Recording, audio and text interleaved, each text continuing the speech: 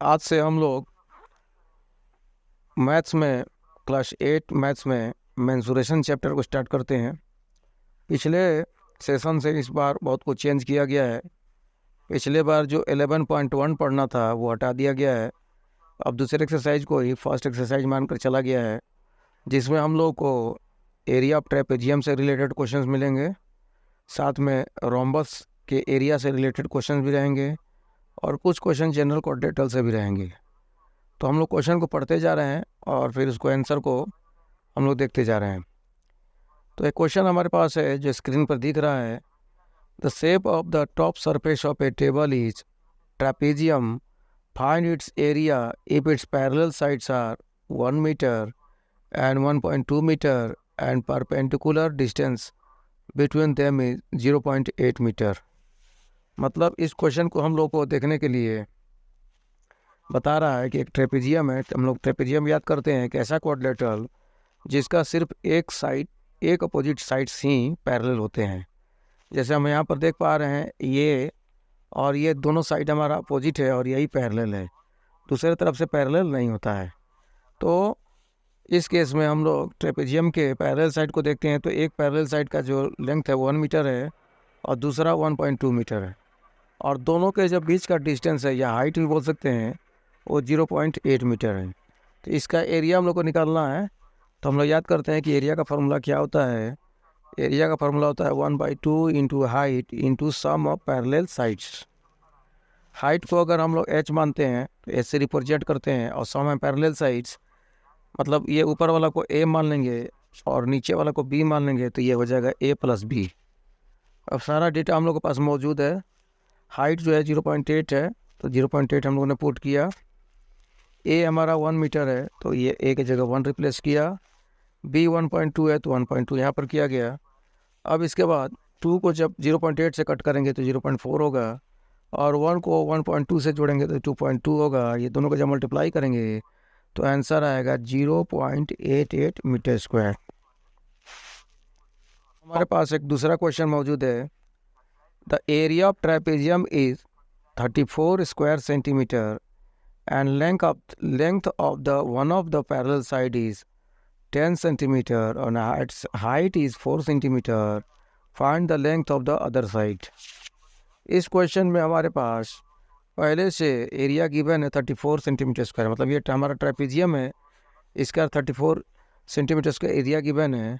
Height given है 4 centimetre, और एक साइड हम लोग का गिवन है वो 10 मीटर। सपोज दैट ये हमारा एक साइड है वो हमारा 10 सेंटीमीटर गिवन है, तो हम लोग को दूसरा साइड फाइंड करना है। दूसरा साइड दैट मीन्स कि ये बी को फाइंड करना है। ए हमको 10 सेंटीमीटर गिवन है, हाइट भी गिवन है और एरिया भी गिवन है। तो इसको हम लोग फार्मूला में पुट करेंगे। एरिया इक्वल टू हम जानते हैं 1/2 into H into A plus B. Area हम लोग का 34 दिया हुआ है, हाइट 1/2 दिया हुआ है, हाइट की जगह 4 दिया हुआ है, और ए 10 दिया हुआ है और बी को निकालना है। तो जब हम लोग इसमें आगे बढ़ेंगे तो 2 और 4 को कट जाएगा, तो ये 2 हो जाएगा, और 10 + b एज इट इज़ 34 जैसा है वैसे ही रहेगा। फिर 34, अब 2 को 10 से मल्टीप्लाई करेंगे तो 20, और 2 को b से करेंगे तो 2b। अब इस 20 को जब इधर ले जाएंगे लेफ्ट हैंड में तो 34 - 20 हो जाएगा 2b। तो जब इसको माइनस करेंगे तो 14 हो जाएगा इक्वल टू 2b। तो b जो हो जाएगा 14 को 2 से डिवाइड करेंगे तो 7 सेंटीमीटर। तो इस तरह से हम लोग जो b का वैल्यू निकालना चाह रहे थे हम लोग, वो मालूम हो चुका है, और वो 7 सेंटीमीटर है। अब ये एक बहुत इंपॉर्टेंट क्वेश्चन है, बहुत बार बच्चे पूछते हैं क्लास में भी। Length of the fence of trapezium shaped field ABCD is 120 metre. If BC equal to 48 centimetre, CD equal to 17 centimetre and AD equal to 40 metre, find the area of this field if sides AB is perpendicular to parallel side AD and BC। इसका मतलब हुआ CD एक हमारा trapezium field है, जैसे कि हम लोग यहाँ देख पा रहे हैं ABCD एक ट्रेपेजियम है, और इसका फेंसिंग दिया हुआ है 120 मीटर। मैथ की भाषा में फेंसिंग है मतलब बाउंड्री करना। A से D, D से C, C से B, B से A, ये टोटल का जो लेंथ है 120 मीटर गिवन है। साथ ही BC जो है वो 48 मीटर है, ये जो BC है।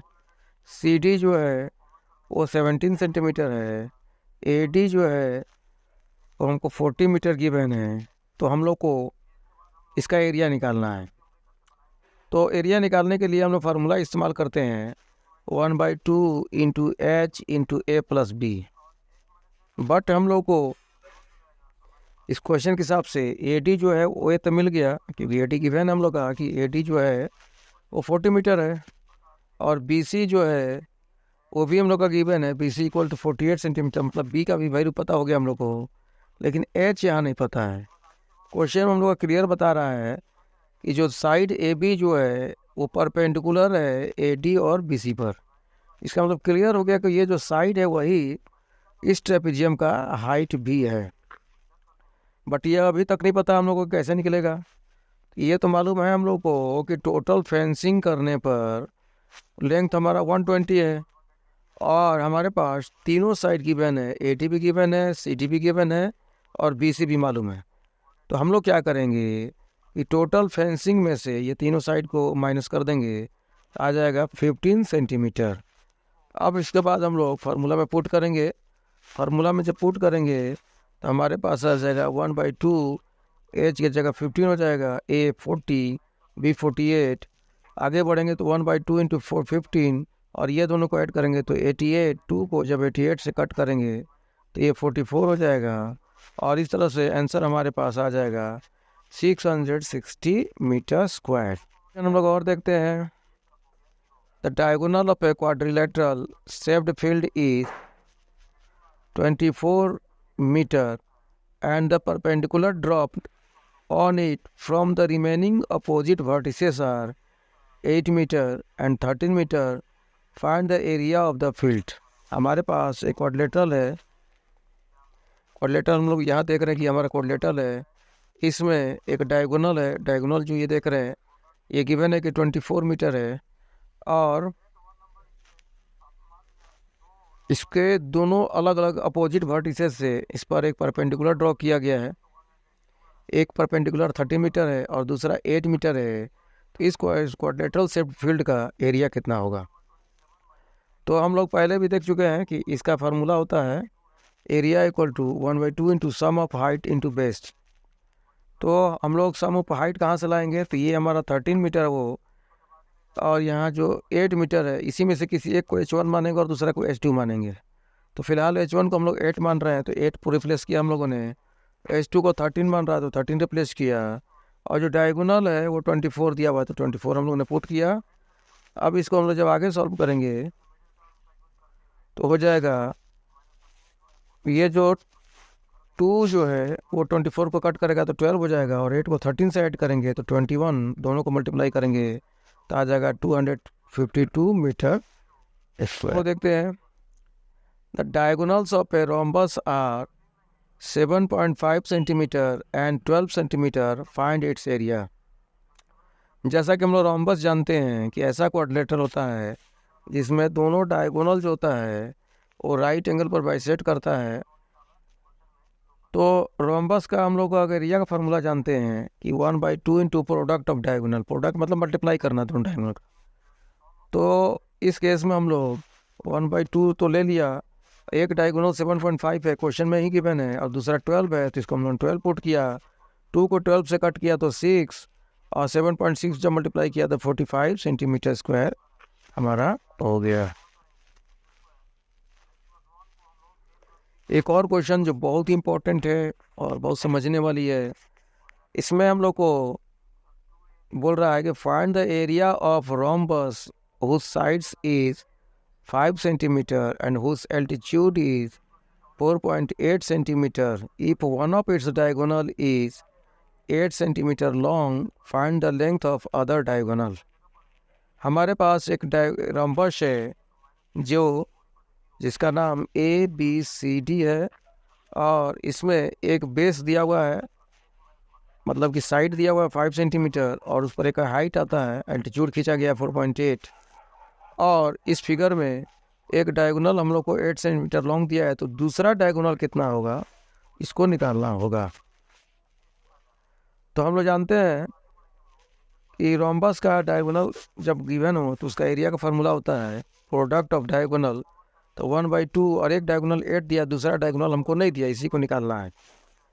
ये भी हम लोग जानते हैं कि रोम्बस अपने आप में एक पैरेललोग्राम भी होता है, और पैरेललोग्राम के एरिया का फार्मूला होता है बेस इंटू हाइट, मतलब सी डी इंटू ए। सी डी 5 गिवन है और ए 4.8 दिया हुआ है, तो इस तरह से ये भी एक एरिया हुआ, और ऊपर से जब निकाल रहे हैं वो भी एरिया हुआ। और किसी भी सेम फिगर के लिए एरिया हमेशा बराबर होता है, तो दोनों इक्वेशन का जब इस्तेमाल करेंगे हम लोग तो 4 इंटू D2 जो है दूसरा डायगोनल है इक्वल टू 5 इंटू 4/8। और जब इसको हम लोग आगे सॉल्व करेंगे तो दूसरा डायगोनल जिसको हम लोग D2 हम लोगों ने माना है वो D2 इक्वल टू हो जाएगा 5 इंटू 4/8, और ये 4 इधर आकर डिवाइड करेगा तो हो जाएगा 1.2, और 1.2 को जब 5 से मल्टीप्लाई करेंगे तो 6 सेंटीमीटर हो जाएगा। और फिर बोल रहा है कि जब अगर डायगोनल पता हो तो फिर से एरिया आप निकाल कर बताइए। तो उस केस में हम लोग फिर से 1/2 इंटू प्रोडक्ट ऑफ डायगोनल करेंगे। 1/2, एक डायगोनल हम लोग का 8 मालूम था और दूसरा भी 6 आया हुआ है, दोनों को मल्टीप्लाई करेंगे या कट करेंगे तो 2 को 6 से कट करेंगे तो 3 8 24 सेंटीमीटर स्क्वायर। इस प्रकार से हम लोगों ने इस क्वेश्चन का आंसर निकाला। पहला तो डायगोनल निकाला 6 सेंटीमीटर और दूसरा एरिया निकाला 24 सेंटीमीटर स्क्वायर। ये बहुत इंपॉर्टेंट क्वेश्चन है, इसको अच्छा से समझ कर कहीं देख लेना चाहिए। एक क्वेश्चन हमारे पास और है, the floor of a building consist of 3000 tiles which are rhombus shaped and each of its diagonal are 45 centimeter and 30 centimeter in length. Find the total cost of polishing floor at the rate of ₹4 per meter square. एक building है जिसमें floor है, जिसमें 3000 tiles को बिछाना है floor पर, और जितना भी फ्लोर का टाइल्स का जो शेप है वो रोम्बस शेप में है। और जब रोम्बस होगा तो उसको डायगोनल का जोड़ पड़ेगा, तो एक डायगोनल 45 सेंटीमीटर और दूसरा 30 सेंटीमीटर है। अब अगर कॉस्ट ऑफ पॉलिशिंग फ्लोर पर वो उसको बिछाना है 3000 टाइल्स को, तो उसका कीमत है 1 मीटर स्क्वायर का 4 रुपया, क्योंकि एरिया के सेंस में ही हम लोग डाल पाएंगे। तो टोटल कॉस्ट कितना होगा? तो फर्स्ट ऑफ ऑल हम लोग क्या करेंगे कि एक रोम्बस का डायगोनल निकाल लेंगे, एक टाइल्स का, तो टाइल्स तो रोम्बस जैसा है, एरिया फार्मूला हो जाएगा 1/2 इंटू प्रोडक्ट ऑफ डायगोनल। और हम लोग का डायगोनल गिवन है, एक डायगोनल 45 सेंटीमीटर दूसरा 30। इसको जब सॉल्व करेंगे तो 2 इसको 30 से कटेंगे, 15 को 45 से मल्टीप्लाई करेंगे तो 675 मीटर स्क्वायर हो जाएगा। तो फिर 3000 टाइल की जब बात करेंगे तो उसमें 3000 से मल्टीप्लाई कर देंगे। और कॉस्ट की बात करेंगे तो 1 मीटर स्क्वायर का 4 रुपया दिया हुआ है, तो इसको हम लोग 4 से मल्टीप्लाई कर देंगे। साथ ही हम लोग इससे 10,000 डिवाइड करेंगे, क्योंकि आंसर तो हम लोग मीटर स्क्वायर में निकाल रहे हैं, लेकिन डायगोनल तो सेंटीमीटर स्क्वायर में दिया है, तो इसको इतना से डिवाइड करेंगे तो लास्ट में हम लोग के पास ₹810 आ जाएगा। इस प्रकार से हम लोगों ने जो एक्सरसाइज गिवन था उसका कुछ क्वेश्चन को हम लोगों ने देखा। अब जो बच गया वो नेक्स्ट क्लास में हम लोग देखेंगे। आज के लिए इतना ही।